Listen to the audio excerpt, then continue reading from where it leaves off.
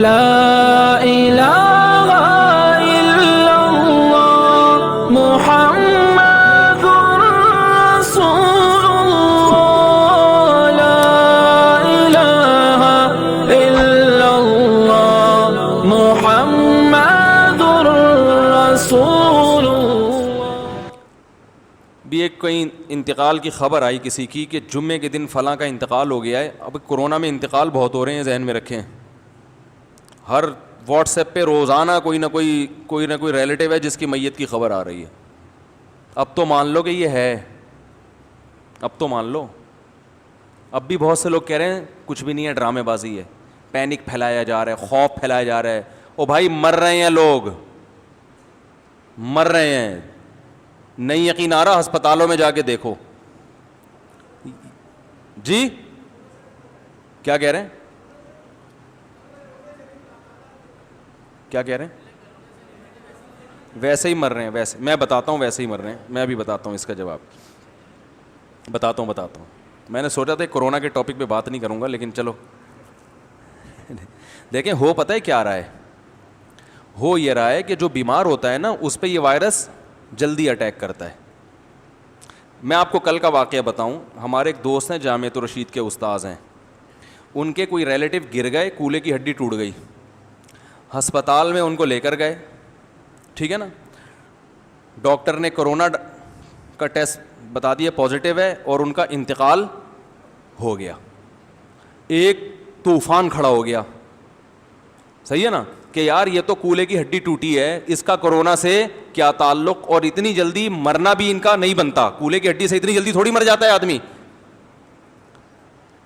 کیا ہوا ہے کہ ڈاکٹروں کو پیسے دے کے یا فری میں یا گن پوائنٹ پہ یہ لکھوایا گیا کہ اس رپورٹ کو نیگیٹو کرو، اور میت لے کے بولو بھائی گھر آ گئے۔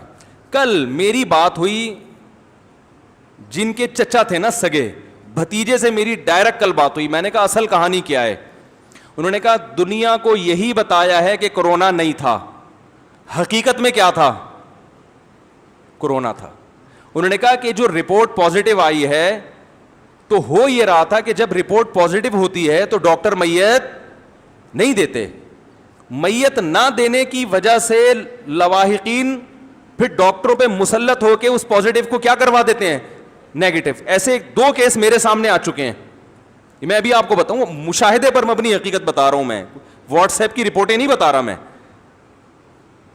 اب سوال یہ پیدا ہوتا ہے، اچھا رشتہ داروں کو بھی یہ بتایا کہ کورونا نہیں تھا، ورنہ جنازے میں نہیں آتے لوگ، وہ ڈر رہے ہوتے ہیں کہ یار یہ ہمیں نہ لگ جائے۔ اب سوال یہ پیدا ہوتا ہے کہ گئے تو صحیح تھے اور اتنی جلدی جنازہ کیسے ہو گیا؟ اس پہ لوگ یہ کہہ رہے ہیں ڈاکٹر زہر کے انجیکشن لگا رہے ہیں۔ میرے بھائی ہمارے ڈاکٹر میں مانتا ہوں اتنے نیک نہیں ہیں، لیکن اتنے برے بھی نہیں ہیں کہ اچھے بھلے آدمی کو زہر کے انجیکشن دے کے مارے ہیں۔ اتنا بھی نیگیٹو سوچ نہ رکھیں۔ ہو یہ رہا ہے کہ کولے کی ہڈی ٹوٹی ہے، کورونا پازیٹیو پہلے سے تھا، کیونکہ بہت سے لوگوں میں علامت ظاہر نہیں ہوتی، اتفاق سے ہاسپٹل چلے گئے تو وہ کورونا کیا آ گیا رپورٹ میں۔ اب لوگ ڈاکٹر سے لڑ رہے ہیں کہ یار کولے کی ہڈی کا کورونا سے کیا تعلق ہے؟ او بھائی کولے کی ہڈی کا نہیں ہے، یہ ہڈی ٹوٹنے سے پہلے سے تھا ان کو کورونا، اور اب چونکہ بیمار ہو گئے، ریزسٹنٹ پاور بالکل ختم ہو گئی ہے، تو بہت جلدی ان کی موت واقع ہو گئی۔ یہ سب باتیں ڈاکٹروں کی فیلڈ ہے، عوام بلا وجہ ڈاکٹروں سے الجھ کے نہ دیکھو، اتنا ڈاکٹروں کو ٹینشن دی جا رہی ہے کہ اس بات کا ڈر ہے کہ یہ پہلے تو یہ ایک ڈاکٹر نے مجھے فون کیا، دیندار ڈاکٹر، کہہ رہے ہیں پہلے تو لوگ کچھ تھوڑی بہت کلیپنگ کر دیتے تھے ہمارے لیے کہ یار ڈاکٹروں کا دل گردہ ہے کہ ہسپتال میں وہ مریضوں کا علاج کر رہے ہیں، اپنی جان کو خطرے میں ڈالا ہے۔ اب تو کوئی کلیپنگ کرنے والا بھی نہیں، اب سب گالیاں دے رہے ہیں۔ یہی حالات اگر ملک میں رہے نا، یہ ڈاکٹر ہسپتال چھوڑ کے بھاگ جائیں گے، یہ بتا دوں میں آپ کو، یہ بھاگ جائیں گے ہسپتال چھوڑ کر۔ تو یہ واٹس ایپ اور فیس بک کی خبروں پہ یقین نہ کریں۔ جب کوئی ایسا ہوتا ہے نا، کوئی کہہ کہ ڈاکٹر نے پازیٹیو ڈالا ہے، آپ اس ڈاکٹر سے رابطہ کریں، یار اصل کہانی بتاؤ ہے کیا؟ وہ ڈاکٹر آپ کو بتائے گا کہ بھائی اصل کہانی ہے کیا۔ وہ جو پیشنٹ گیا ہے نا، ایک صاحب کہہ رہے ہیں میں اپنے مریض کو لے کر گیا تھا، بالکل صحیح تھا، 1 گھنٹے میں انتقال ہو گیا۔ بالکل صحیح تھا تو لے کر گئے کیوں تھے آپ ڈاکٹر ہسپتال؟ اس کو اتنی سینس نہیں ہے، گولے گھنٹے کھانے گیا تھا وہ ہاسپٹل اگر بالکل صحیح تھا۔ ہو یہ رہا ہے کہ پیشنٹ بعض دفعہ بالکل صحیح ہوتا ہے، لیکن ایک ایک دو دو گھنٹے کے اندر موتیں واقع ہو رہی ہیں. ہمارے بعض ریلیٹو ایسے ہیں جنہوں نے ویڈیو بیان ریکارڈ کروایا کہ مجھے کورونا ہے اور آپ لوگ احتیاط کریں, اب میں الحمدللہ ٹھیک ہو گیا, 2 گھنٹے میں ان کی ڈیتھ واقع ہو, انتقال ہو گیا. اب اس قسم کی باتیں کرو تو لوگ کہتے ہیں پینک پھیلا رہے ہیں, ڈرا رہے ہیں لوگوں کو, خوف پھیلا رہے ہیں. بھائی حقیقت بیان کی جا رہی ہے, اور یہ بیان کیا جا رہا ہے کہ آپ تھوڑی سی کیا کر لیں, بولو بھائی, احتیاط کر لیں بس.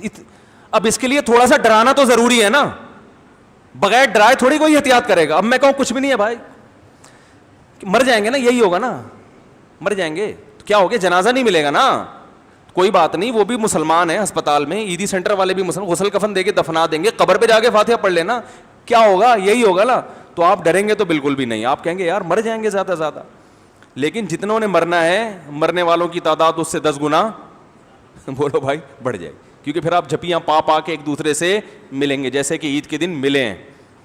ہم تو منع کر رہے تھے احتیاط کرو. اچھا ایک بات چل پڑی ہے تو آ گئی ہے, غلط جو ہسپتالوں میں ہو رہا ہے نا, وہ میں بتاؤں آپ کو کیا ہو رہا ہے. یہ باتیں میں ایک بات بتا دوں, حکومت کے کہنے پہ نہیں کہہ رہا, کیونکہ لوگ مجھے بھی حکومت کا پٹھو اور حکومت کی زبان بولتا ہے.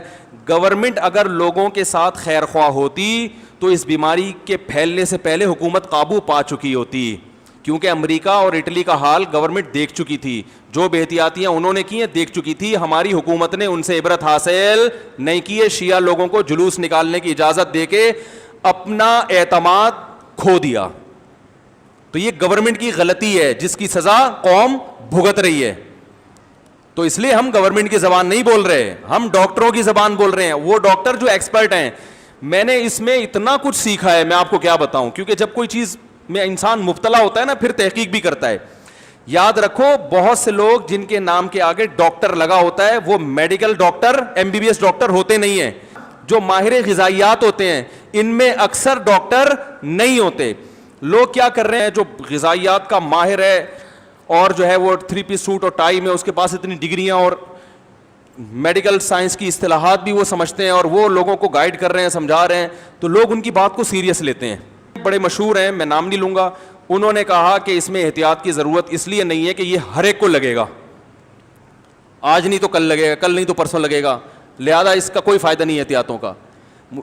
جب ایکسپرٹ ڈاکٹر سے اس بارے میں پوچھا گیا, وہ کہتے ہیں بالکل غلط کہہ رہے ہیں, جن ملکوں نے احتیاط کی ہے انہوں نے قابو پا لیا ہے.